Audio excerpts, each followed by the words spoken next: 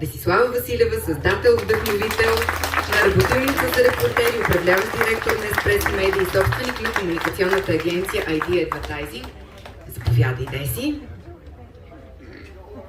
Много ти благодаря, Еви, за хубавите думи и за това, че си част толкова дълги години от това събитие. Здравейте и добре дошли! Благодаря ви, че сте тук и заедно ще споделим емоцията на нещо толкова уникално.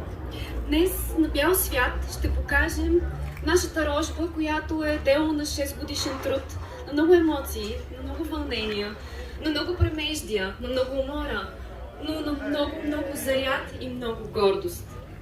Днес е официалната премиера на книгата "Разкажи за твоята България". Искам да ви благодаря, че заедно създадохме тази уникална книга.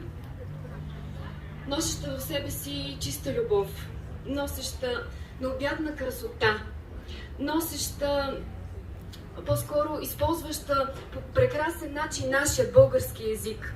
Начин, по който вие, прекрасни хора, които виждам тук. Тук има толкова много хора от цяла България, от авторите, които са включени в тази книга, и ми е толкова вълнуващо да виждам усмивките им, тези прекрасни лица, защото тази книга е изпълнена с този талант на вас. Благодаря ви! Прекрасни сте! Много ви обичаме!